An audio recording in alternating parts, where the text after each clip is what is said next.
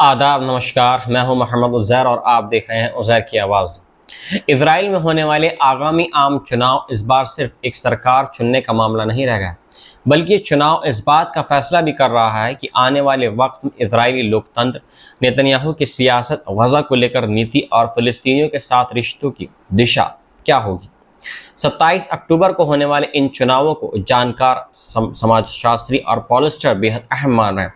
लेकिन सबसे हैरान करने वाली बात यह है कि जहां पहले इजराइल के चुनावों में सबसे बड़ा राजनीतिक मतभेद फिलिस्तीन और टू स्टेट सॉल्यूशन को लेकर हुआ करता था, वही आज इजरायली सियासत में फिलिस्तीनियों के खिलाफ दुश्मनी और स्वतंत्र फिलिस्तीनी देश के विरोध को काफ़ी व्यापक समर्थन हासिल दिखाई दे रहा है। तो आखिर इस चुनाव में इजराइल की जनता किन सवालों का सामना कर रही है? क्या ये चुनाव बेंजामिन नेतन्याहू के लंबे राजनीतिक दौर का अंत कर सकता है? क्या इजराइल में लोकतांत्रिक संस्थाओं को लेकर बढ़ती चिंता अब वोटिंग बॉक्स तक पहुंच चुकी है? और सबसे बड़ा सवाल, क्या इस चुनाव में फिलिस्तीनियों की आवाज़ एक बार फिर हाशिए पर चली जाएगी? आज की इस खास रिपोर्ट में हम इन्हीं तमाम सवालों को सिलसिलेवार तरीके से समझेंगे। इजराइल के यहूदी मतदाताओं के सामने इस चुनाव में देश के लोकतंत्र और सरकार के भविष्य को लेकर बुनियादी सवाल खड़े हैं। एक तरफ नेतन्याहू की नेतृत्व वाली दक्षिणपंथी गठबंधन सरकार है, जिस पर आलोचक लोकतांत्रिक नियमों और संस्थाओं को कमजोर करने के आरोप लगा रहे हैं। तो दूसरी तरफ सेकुलर और लिबरल विपक्षी धड़े हैं, जो इस चुनाव को इजरायली लोकतंत्र और सरकारी संस्थाओं को दोबारा मजबूत करने का आखिरी बड़ा मौका मान रहे हैं। मगर इस पूरी राजनीतिक बहस पर 7 अक्टूबर 2023 की घटना की गहरी छाया मौजूद है। इस दिन हमास के नेतृत्व में हुए हमलों में 1100 के आसपास लोग मारे गए, जिसके बाद इजराइल ने गजा में बड़े पैमाने पर सैन्य कार्रवाई शुरू की। रिपोर्ट के मुताबिक इसके बाद से गजा में 73,000 के आसपास फिलिस्तीनियों की मौत हो चुकी है। इजराइल में 7 अक्टूबर की घटना आज भी टीवी चैनलों और राजनीतिक बहस का सबसे बड़ा हिस्सा बनी हुई है, जबकि गजा में मारे गए फिलिस्तीनियों की बड़ी संख्या को वहां की मुख्य धारा की राजनीतिक चर्चा में काफ़ी कम जगह मिल रही है। यही वजह है कि आज इजराइल में फिलिस्तीनी देश, टू स्टेट सॉल्यूशन और इजराइल फिलिस्तीन साथ साथ कैसे रह सकते हैं जैसे सवाल चुनावी बहस के केंद्र से लगभग गायब हो चुके हैं। 1990 के दशक के ओस्लो समझौते के दौर में जो सवाल इजरायली राजनीति के सबसे अहम मुद्दों में शामिल थे, वे अब काफ़ी हद तक पीछे चले गए हैं। इसके बजाय सवाल अब ये बन गए हैं कि 7 अक्टूबर का हमला आखिर होने कैसे दिया गया और इस सुरक्षा नाकामी के लिए जिम्मेदारी किसकी थी। और यही बेंजामिन नेतन्याहू की सबसे बड़ी राजनीतिक मुश्किल सामने आ रही है। नेतन्याहू लगातार अलग अलग जंगों का हवाला देकर उस लोक स्वतंत्र जांच को टालने की कोशिश करते रहे, जो 7 अक्टूबर की सुरक्षा नाकामी की पड़ताल कर सकती है। साथ ही उन पर भ्रष्टाचार के आरोपों से जुड़े मुकदमों को लेकर भी राजनीतिक विवाद जारी है। इजरायली समाजशास्त्री यहूदा शहराबावनी के मुताबिक इजराइल में बड़ी संख्या में लोग अब सिर्फ भ्रष्टाचार की वजह से नहीं, बल्कि इस भावना की वजह से भी नेतन्याहू से छुटकारा चाहते हैं कि देश की कई मौजूदा परेशानियों के केंद्र में वही है। दिलचस्प बात यह है कि नेतन्याहू के खिलाफ खड़े विपक्ष को भी पूरी तरह लेफ्ट या उदारवादी नहीं कहा जा सकता। रिपोर्ट के मुताबिक विपक्ष के कई हिस्से खुद भी काफ़ी राइट विंग सोच रखते हैं। इसके बावजूद उन्हें मुख्य तौर पर एंटी नेतन्याहू ब्लॉक के रूप में देखा जा रहा है। यानी इस चुनाव में एक बड़ा सवाल यह भी है कि लोग किसी खास वैकल्पिक विचारधारा के पक्ष में वोट करेंगे या सिर्फ नेतन्याहू को सत्ता से हटाने के लिए। अब बात करते हैं उस मुद्दे की जिसने इजराइल के लोकतंत्र को लेकर सबसे बड़ी बहस पैदा कर दिया, यानी न्यायपालिका और सरकारी संस्थाओं का भविष्य। नेतन्याहू सरकार पर आरोप है कि उसने देश की राजनीतिक परंपराओं और संस्थागत संतुलन को कमजोर करने की कोशिश की है। 2023 में पेश किए गए न्यायिक सुधारों का मकसद सरकार की शक्तियों को बढ़ाना और न्यायपालिका की निगरानी को कम करना बताया गया था। इस योजना के खिलाफ इजराइल में बड़े पैमाने पर विरोध प्रदर्शन भी हुए हैं। आलोचकों का कहना है कि यह कदम देश की लोकतांत्रिक संस्थाओं पर हमला था। इसके साथ सुरक्षा संस्थाओं और सरकारी विभागों में वफादार लोगों की नियुक्तियों को लेकर भी सवाल उठ रहे हैं। रिपोर्ट्स में सामाजिक राजनीतिक मनोवैज्ञानिक डैनियल बारताल का कहना है कि आने वाली सरकार के सामने अहम कामों में से एक ये होगा कि कई सरकारी और सुरक्षा पदों पर नेतन्याहू के दौर में हुई नियुक्तियों की समीक्षा की जाए। उनका आरोप है कि इन नीतियों ने सिविल सर्विस, सेना, शिन बैंड और मोसाद जैसे संस्थाओं को नुकसान पहुंचाया है। एक और बड़ा विवाद इसराइल के अटॉर्नी जनरल गाली बहराव मियारा को लेकर है। दक्षिणपंथी नेशनल सिक्योरिटी मिनिस्टर एतमार बैन गिविर ने उनकी बर्खास्तगी को भविष्य की किसी भी गठबंधन सरकार में शामिल होने की शर्त बना दिया है। अटॉर्नी जनरल का काम सरकार के कामकाज की कानूनी निगरानी करना है। ऐसे में उनकी बर्खास्तगी को लेकर विवाद सीधे तौर पर सरकार और कानून के बीच संतुलन के सवाल से जुड़ जाता है।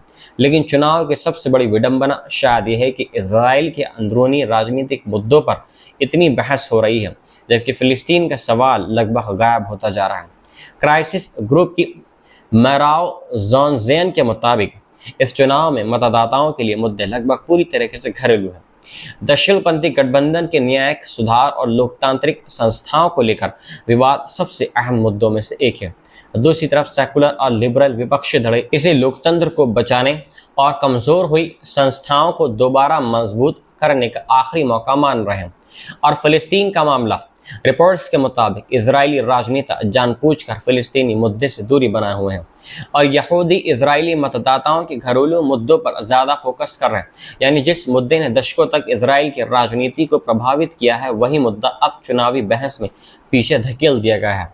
7 अक्टूबर के बाद स्वतंत्र फिलिस्तीनी देश का विचार इजरायली राजनीतिक मुख्यधारा में और ज़्यादा कमज़ोर हो चुका है। इसका सीधा असर इजराइल के फिलिस्तीनी नागरिकों पर भी पड़ सकता है।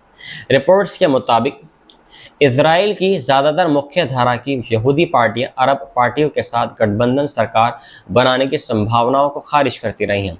यहां तक कि पूर्व प्रधानमंत्रियों यार लैपिड और नफ्ताली बेनेट से जुड़ा गठबंधन भी भविष्य में फिलिस्तीनी नागरिकों को वर्चस्व वाली पार्टियों को सरकार में शामिल करने की स्पष्ट बाध्यता नहीं दिखा रहा है। इसका मतलब यह है कि इजराइल के अंदर रहने वाले फिलिस्तीनी नागरिकों की राजनीतिक आवाज़ सरकार बनने की प्रक्रिया में और कमज़ोर हो सकती है। और उनके सामने सिर्फ राजनीतिक प्रतिनिधित्व का सवाल नहीं है, उनके इलाकों में हिंसा और संगठित अपराध भी बड़ा मुद्दा बन चुका है। रिपोर्ट्स के अनुसार इस साल इजराइल के फिलिस्तीनी नागरिकों में 158 लोगों की हत्या की जा चुकी है। कई लोगों का मानना है कि सरकार ने इन इलाकों में बढ़ती हिंसा और कानून व्यवस्था की समस्या को रोकने के लिए पर्याप्त कदम नहीं उठाए हैं। समाज शास्त्री शनहाव शहराबानी के मुताबिक इजरायली समाज में पहले से मौजूद हिंसा और दक्षिणपंथी बयानबाजी का रुझान मौजूदा सरकार के दौर में और तेज हो चुके हैं। फिलिस्तीनी समुदायों में ये धारणा भी मौजूद है कि वेस्ट बैंक में बसने वालों की हिंसा और उनके इलाकों में बढ़ती हिंसा ऐसे हालात पैदा कर रही है जिनसे उनके लिए सामान्य राजनीतिक जीवन और मतदान करना मुश्किल हो सकता है। अब आते हैं इजराइल की राजनीति के एक और बेहद संवेदनशील मुद्दे पर, हरेदी यानी अल्ट्रा ऑर्थोडॉक्स यहूदियों की सैन्य भर्ती।